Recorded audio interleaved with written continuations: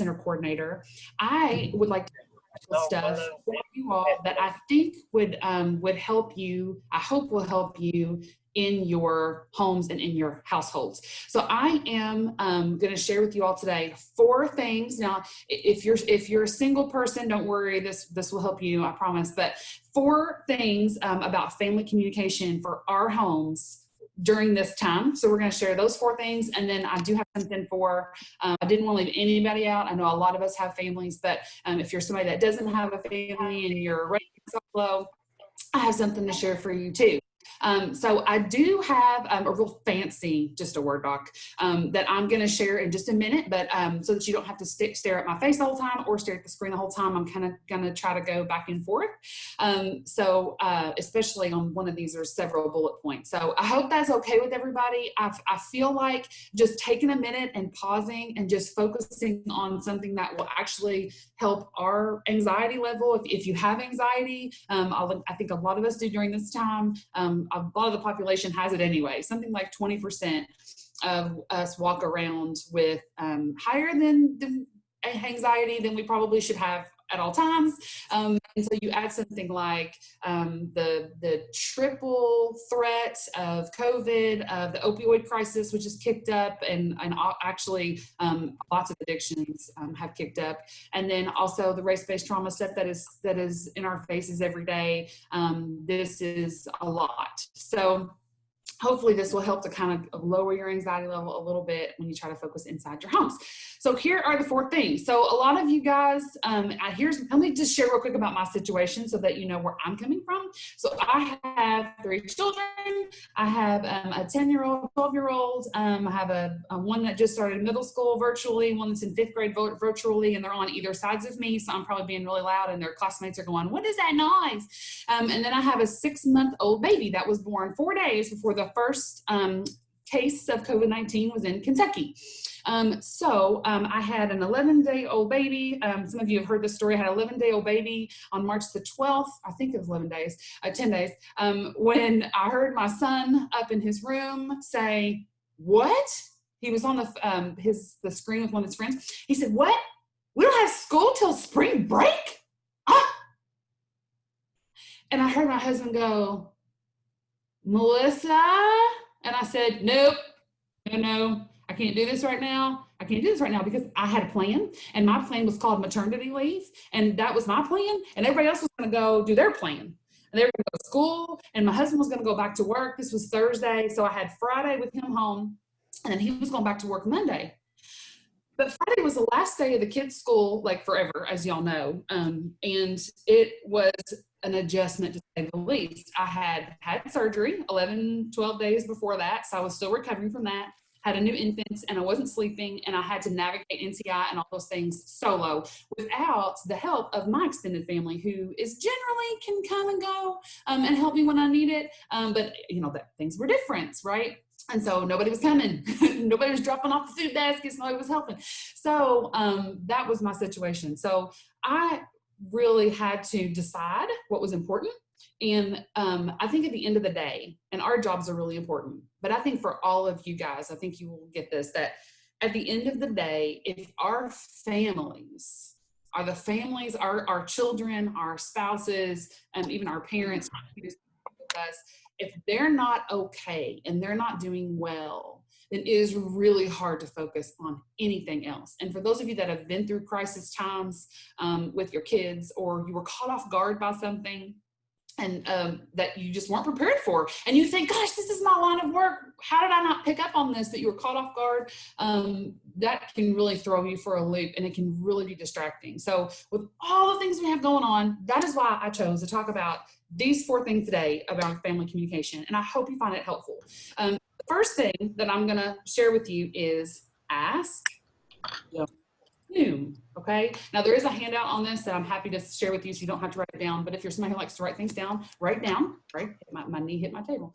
There's no earthquake. My knee hit my table. Ask, don't assume.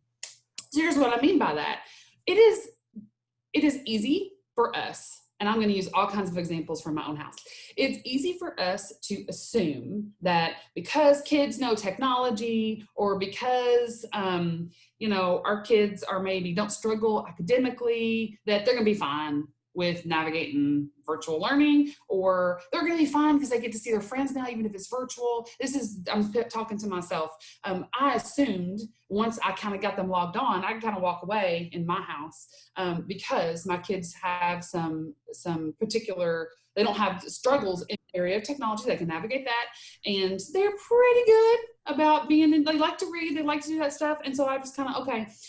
It was like 2 days before my son had his first meltdown, and I didn't see it coming. I wasn't expecting it, but it was about grades. So everything is different now. And he had to go through these slides and then take this quiz. And then once you take it, it's over. And he had gotten a 67, and he's not used to that. And so he was kind of working through that on his own, trying to work through that by himself. And then like something else will happen, And I was not really asking how things were going in a real meaningful way. I think I probably was saying, you good? You good? You okay? Everything okay? All right, good. You know, kind of basically sending the message that I hope everything's good, because I don't have really time to deal with it if it isn't good. Because I'm a working parent, I have an infant, my husband's working from home, like we're busy, and kids pick up on this, right? So in my house, they kind of don't want to be a burden, so I kind of have to dig if I want to know. So I, instead of doing, you good, everything okay, like while I'm walking away, like from the door, like this is probably what he sees, I just have to sit down and say, is everything okay? Because I'm thinking that it's not, right? Or some open-ended question, like, it looks like something's bothering you. You want to talk about it? You know, something really super open-ended that lets him know that I have some time and I want to talk through this with him. Because most of the time those solutions are super simple. We can figure it out. I had to, like, literally, I just said, well, why don't you email your teacher and say this? And he was like, okay, yeah. But that's a new thing for him. Middle school's a new thing. So he didn't think about that, right? So offer a solution, super easy. But ask, don't assume. Don't assume that everybody is doing okay. I just had this conversation with my husband, may or may not have had this conversation with my husband about 10 minutes ago. I said, I think you think everything is okay. But we're not all doing okay all the time. Just because we're okay, like in the morning, doesn't mean we're okay in the afternoon. So ask, don't assume is really, really important for your family communication. A second thing, and I'll promise I'll go faster. The second thing is agree on clear expectations. So I'm going to share my screen on this one.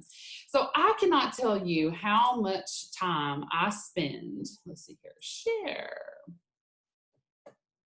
Okay, there's a lot of time, this number 2 right here that I spend. It says this includes things like standards of cleanliness and order in the house, quiet times, decisions about what to eat or watch, dishes, laundry, music, language, showers, etc.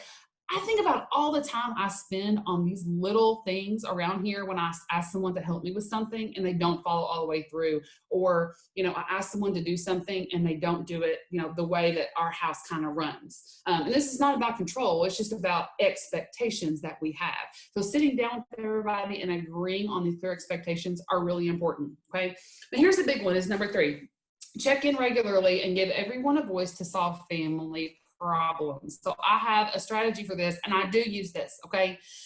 So this right here, have each family member rate how they're feeling on a scale of 1 to 10.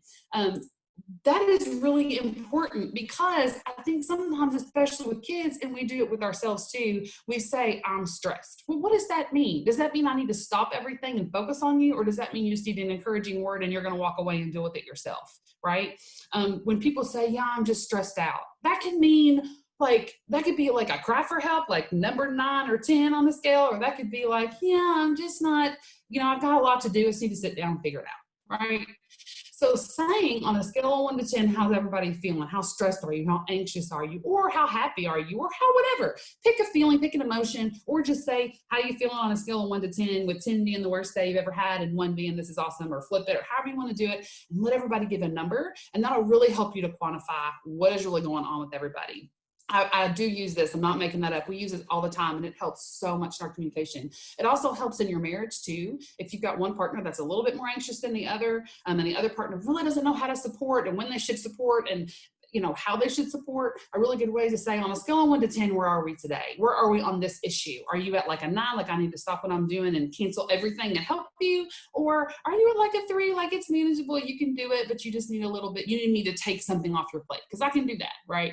That really, really helps. So that's really important. So doing the scale is really important. The second thing is, and if you're doing a family check-in, is I call it roses and the thorns, but you can call it whatever you want, or you can just call it some good and some bad. What's something that is going well in our home? What is something that is going well for you today? What is something that's going really well? And then what's something that's not going really well? I started doing this with my kids when I was, when my daughter started kindergarten, because she would tell me that everything is bad and she has no friends and it's terrible. Okay. Do we need to call a doctor and a meeting? I mean, like, I didn't know, is this like a big deal, or is this like her perception of the thing? So I sat down with her counselor and teachers, and I was like, here's what she's saying. I'm not real sure what's going on here because I'm not there. And the counselor suggested do this. And she drew this picture, and she said, can you have her, talk about some things that are happening that are up here in the clouds and some things that are down here in the valley. What are some things that happen today that are really good high points? And then what are some not so great things that happen today, because it was all negative all the time. And so that was really helpful. So if you feel in your home all negative all the time, then do that. What's going well? What's going not well? That's really important, especially if you have little kids, but teenagers too. And then talk about what, if any, changes needs to be made as a family. Any problem in your family is generally not a one-person problem, and any solution in your family is generally not a one-person solution. Everybody needs to kind of be a part of that solution and make suggestions and have respectful conversations about it. And what good modeling. Think about the families that we work with, and how sometimes family conflicts pop up and they really impact the kids that come in your building during the day, right? What good modeling in our own families for us to sit down and have these conversations and say, can you make some suggestions about how we could make things go better for you around here? We had this conversation when we were talking about when to get up in the morning, right? This is new because it's virtual. We don't have to get up at 6, whatever in the morning, but rolling out of bed and rolling around on the computer is not going to work either. So how are we going to do that? And instead of me coming up with a schedule and saying, this is what we're going to do, and I'm going to go and wake you up at this time, and I'm going to tell you what to do after that, I sat down and I said, okay, here are the things we need to do in the morning before you get going. We need to leave some time in there in case things don't work out. The technology doesn't work out. So if you have to start your day at 9, what do you think is a good time for you to get up? Knowing yourself and knowing, so I have one kid that could roll out of bed and do everything he needs to do in 15 minutes, like literally. And I have one that likes to meander and take some time just to wake up a little bit, Mom. I just need a little bit of me time in the morning. Like, she really does say these words.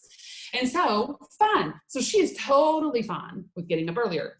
But that was problem solving that we had to do, and I had to give them input so that they could figure that out. And maybe you do a lot of this stuff without thinking about it, and that is great. But sometimes I think we tend to jump in and solve problems for people because we are problem solvers by nature in our work. We're always looking for the quickest route to solve the problem because we have 100 other things to do. And so we come home and we're like that same person that just solves the problem. And we don't stop to kind of go, let's model and teach the skill of figuring out time management and working through this together. And if this isn't working, then we got to back up and we got to go, this isn't working. What changes can we make? And just sit and stare. And that can be really hard for some of us that like to just say, this isn't working. I'm setting up your alarm 15 minutes earlier. But this isn't working. What can change? Stare, blink, stare, blink. That is hard. That's hard for us. But it's really important when you're talking about your families. And it's really a way to show your kids, like you're going to pause here and you're going to hear them and you're going to listen to them. Okay, and then the last thing on here, have each person say thank you to someone else. How about that? Practice gratitude. Y'all hear me say that if I've been to your regional meetings before, you all heard me talk about gratitude. It is not something that is new. We have been hearing that it's important to practice gratitude probably since you started this job. And if you had a job in the helping profession before that, you probably knew it. If you go to church, you know it. Like, we talk about it all the time, but it's really, really important in a family to have people look at each other, especially if you have siblings that may or may not get along all the time, and have somebody thank someone else for something, or just have everyone thank everyone else for what they're doing, or saying, I see these things. I see you really trying to do some things on your own and really try to, not, I don't want to say the word burden, but not burden other people with helping you, but we want to help you. So you don't have to own all of that, but I see you and I'm so proud of you for trying those things on your own, but let us help you. We love to help you. We're your parents. Those conversations happen at my home too. And then the last thing, so we've got ask, don't assume. We have your family check-ins, and we have agree on clear expectations. And the last thing is to laugh. Make sure that you have some time to laugh. There are family games that are built for this. There are movies that are built for this. And of course, there are balloon fights that are built for this. Like whatever your thing is with your family, just spend some time laughing. Tell them a funny story. And in my house, we got a real big kick out of my husband's dad, their grandfather. He was trying to take a picture of a sunset, and he had his camera turned around in his face. And I'm sure some of you have made this mistake. And so he thought he was snapping pictures of this sunset because he wasn't looking, at the camera. He was looking at the sunset, and he had all these pictures on his phone of his face, because he thought he was taking. We laughed about that for, it felt like days. I mean, we just kept thinking about it and laughing because, they know him. He's hilarious. He does stuff like that all the time. He doesn't understand technology. And it was real big fun, right? But we just talked about how good it felt just to have a big belly laugh at his expense, really, which was fine with him. But laughing is really therapeutic, and it's really, really important. And you want your kids to remember those times when you laugh. This is such a stressful time. It is so stressful. And especially with working and trying to parent and doing school from home and doing all of those things, having time to carve out and laugh is important. So I hope these were helpful things for your family communication. I hope that even if you don't like, 3 of the 4 things, I hope that there's one that hopefully you hear and you go, you know what, I can do that. I need to do that. I'm going to try that. I'm going to give that a go. I would highly suggest the regular family check-ins, because if nothing else, yes, it will give you good information on what's going on with everybody, but it is such good modeling for your kids to look inside their self and going, how am I feeling right now?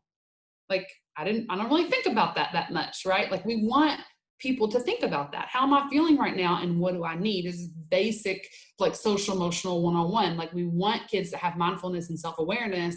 And so if nothing else in your home, you can set the expectation, that's how we're going to roll here. We're going to be able to look inside our head and we're going to go, you know what, this is how I'm feeling today. It might not be a great time for me to talk about this really high stress topic or whatever. You want them as adults to know, I'm not feeling great today. It's probably not the best day to go buy a car. Right? I don't need to make a big decision today because I ain't doing so great, right? And so modeling that as kids is super important. So having those check-ins is probably my favorite one on this whole list. So if you're single out there, I hope that you put this in your filing cabinet and carry it with you throughout your life, because I promise you it'll make your life easier if you kind of know how to do these 4 things. But also for you who are single out there, and this goes for those of you who are not single out there, it is also super important for us to have mastery and success at things. So just think about the families that you work with, and think about if you have a situation where you have a kid that you were able to connect them with something that they could be successful with, or you saw this, maybe you weren't involved, but you saw this kid really shine because they finally connected to something that they could master, whether it was an instrument, whether it was leadership, whether it was public speaking, whether it was art, music, whatever it is that they kind of connect to and they get good at. Mastery is so important. We tend to minimize that as grown-ups because, we're doing important grown-up things, and we forget how important it is to master things. So I hope that you will challenge yourself to figure out how to master something. If you want to bake bread, bake your bread. If you want to learn crochet, learn it. If you want to learn a musical instrument, there is no bad time to start doing that. You can take lessons or use YouTube and buy a keyboard and learn to do it. Whatever you want to do. And mastery is really, really important for our mental health. And also when we feel like we're just not good at much. Sometimes it helps to have something that we can say, you know what, this thing is kind of my thing. Even if it's, so for me, I don't have time to do anything. I mean, like nothing. I feel like I don't have time to do nothing. And if I'm sitting down, it's almost like I feel guilty, which I'm really working on. So don't do that. Don't. But for me, I like to read, but I feel like I don't ever have the time. And if I am reading, I feel like, you know, I'm reading to my kids and I'm reading their stuff. But I have just kind of too much information, but because I'm home, I'm able to nurse my baby. And so I have started listening to audiobooks, and I'm able to crush some books that have been on my list for a really long time, because during that time I pop one of my earbuds in and I can still, you know, look at the baby and all those things, but I cannot get through books. So that has been something, I know it sounds so silly and so simple, but it has been so important to me to be able to look and go, check, check, check. I've read 3 books in these 6 months. And maybe you're somebody who reads a book a day, so don't judge me. But that is, for me, is really important, and it's something that I've been able to do. And I feel like that's like one little piece of me that I've been able to set the goal and crush, and it hasn't been impacted by anything else. I haven't had to give up anything else to actually do that. Not that that would be bad. Sometimes we have things we need to let go of and give up. But for me, that was really important. So anyway, I don't mean to ramble on and on and on, but I just want you all to just have some time where you just think about your own house, your own families, and how you can have a little bit more peace there. Because the more peace that you have over how things are going at home, and the more proactive we can be about setting expectations, asking and checking in with our families, and being able to model those behaviors for our kids and our spouses and whoever, the better you're going to be able to focus on your work when it's time to do that. So I'm happy to answer any questions that you guys have, as long as I have the answers. And if I don't, I can find them. But I'm not sure the best way to do that, but I'm happy to have questions. We can drop them in the chat. You guys can, Katie says, yes, yes, chat, chat, chat. That's what we want to do. So I'm happy to pause and do that. And then we can do breakouts if you don't want to ask me any questions. Somebody ask one. Come on. Nobody ever has any questions. I have a question. I heard that you are now the drum player at your church, so I'm just wondering that you don't have time to do anything. You picked up a new instrument, it sounds like. So newsflash, it ain't new. It's actually old. So I started playing the drums. I was a youth leader, and somebody donated a drum set to our youth group, and nobody knew how to play the drums. And so I was like, just, you know, I mean, it's a drum set. How can you I can't walk past something like that and not like go, boo, like mess around on it. But I've always kind of been interested in music and drums and things like that. So I was playing around on it one day, and the youth minister was like, hey, why don't you play drums for youth? Like, all we literally had a guitar person. And I was like, I know what I'm doing. And he was like, it's just youth group. There's like 12 kids here. They don't care. And I was like, okay, all right, I'll give this a go. And so I did. And so I started playing. And so, yes, I do. So I play piano every other week at church, but our drummer had been out. And so my worship leader said, hey, girl, can you pitch in on the drums for us for a couple of weeks? And I had to blow the dust off my drumsticks. And yeah, I absolutely did. It was real funny because some of the younger girls at church, I think they were like, when I got out of the drum case, because you couldn't really see who was behind there. And then when I got out of the drum case, I just saw them go, ugh, you know, because they were like, what? You play the drums? Because most people don't know that. But yes, I do. You can watch on Facebook Live. It's called The Journey on Leestown. It's my church. So there you go. Very exciting. Brandon in the comment section said he's also a drummer and the youth pastor at his church. And then we do have a question. It says, as a parent working from home with kids schooling at home, what would you say to all FRYSCs or school staff if you could? Okay, that's hard. I don't know that this is going to be anything new. I think that the messages around grace and the messages around patience, and I think setting the intention every day that we're all just going to do the best that we can for that day, and thinking that everyone has those same intentions is the best, right? So I wake up every day and even my son, who rolls his eyes and says, my teacher only told me minutes and then gave us this work and I don't know, you know, whatever. I just come at him with, you know, I'm sure that she or he, your teacher, is doing the best that they know how to do for this. So if you have a question, here are your tools that you can do. So we don't even spend any time complaining about teachers, complaining about the school, because our assumption in our house is that everybody loves kids and everybody's doing the best they can, and so are we. So when we miss stuff, which we have missed stuff, okay, I hope that that same grace is extended to me as a parent. Like, these parents are doing the best they can with what they have. And I think that kind of brings down any space that we take up to complain or gripe about how unprepared we feel, or how communication is not great, or how they had this plan and it's clearly not working. Like, all of that stuff just takes up extra energy, and who has time for that? So every day it's just everybody's doing their best, and if things change, then we're gonna roll with it, because that is the message of 2020 that I want my kids to take away. To be honest with you, I do hope they learn, okay? I do. I'm gonna say that. That's a full stop. Also, the big lessons in my house are adaptation to change. They're rolling with the punches. They're figuring it out. You know, all those positive coping skills that we want our kids to have is what I'm really focusing on for this year. And that has helped bring my anxiety down. We'll figure it out. We'll figure out the academic stuff later. But, you know, what an opportunity when things don't go right to model for your kids that you're not going to blow your top, that you're going to say, everybody's doing the best they can. How can we work the problem? So that's what I would say. Yes, some folks agreeing with you. Yeah. Yes. Good. Yes. Great. Yes. So I, like you, do have kids here and a husband here who's working, and also a baby. So if anybody wants to come and provide childcare for me, I will pay you. I'm just joking. Sort of joking. I don't see any more questions, so we want to thank Melissa for spending some time with us today. About self-care has been one of the biggest topics that we've had requests to learn about, and we are so fortunate to have a leader in our office and, you know, over the state centers that really embody state self-care and understanding. So we're a lucky group, and we hope that you feel that way in your center. We hope you feel supported, and that you've, you know, that we've been flexible, and we're really working towards that in every different area of our work right now. So that's right. And please give us feedback about other things that you want to hear.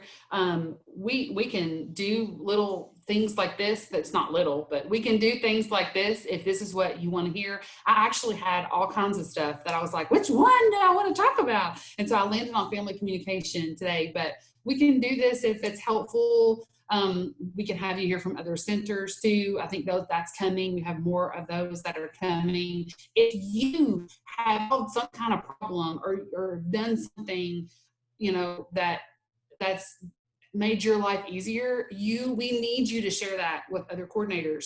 You might have coordinators in your district or even in your region that know about things that you're doing, but across the state, we've got all kinds of people that are sitting trying to work problems that maybe you've already solved. So please let us know. And it doesn't have to be one person. We can have 3 of you, you know, share a little bit about 5 minutes about some things that you've done or you've worked or you've tweaked to make it work during this time. So so please, we need people to say, I got something that might help everybody. I think that would benefit everybody. So don't be nervous about doing it.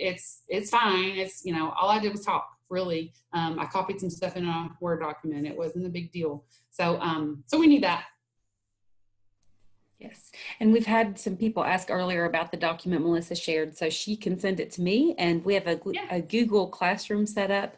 We're recording the beginning parts of these webinars. We're not able to record the breakout sessions, but we're going to have all this there for you so that you can go back and read it when you're just having one of those days, or listen to it, or read it when you're having one of those days. So awesome. We have lots more comments there, Melissa, about thanking you and saying how timely this information was. Oh, so hey, Paula. Hey, Brooke. Yeah. Thank you. Thank you. I hope so. I hope so. I just say one more thing. I'm so sorry, because we're just talking about how in our centers, there's no reason to struggle alone. And like, we need to share like things that have worked. The same goes for your home. The same goes for your mental health. The same goes for all the ways in which we're kind of struggling through this time. So don't ever feel like you're struggling alone. We're all going to have moments where we just feel like, sometimes I say, I feel like my house, my world is a house of cards. And so like a little wind comes and it's like everything flattens down. And sometimes I feel that way, but then I have to go, stop this. What is true? Here is what is true. Everyone in my house is healthy. I just start with gratitude and just kind of work my way up. Like, okay, what is really going on and what would really help to make things better and how can I work towards that?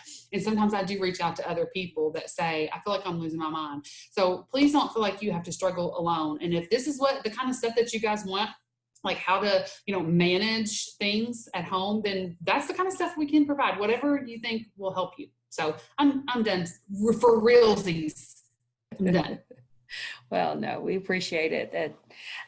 We got lots of nice messages for you to go back and read. So we will go ahead though and transition because I don't see any more questions, just a lot of heartfelt thank yous. We'll transition to our breakouts now. We are going to have 3 separate breakouts, about 10 minutes each, and you'll be put into small groups of 10 or 12. And Russell is going to bring up our little PowerPoint. It's going to tell you what the first prompt is going to be for the first question. That's next week. We do have a webinar coming up in 2 weeks with Leslie Hall. She's the YSC coordinator in Hardin County. We wanted to make sure we got some input about youth services centers as well as FRCs and what everyone's doing there to work remotely with students. So that's going to be coming up.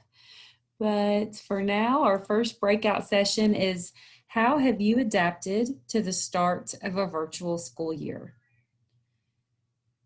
So Russell will put you into small groups and we can share about that.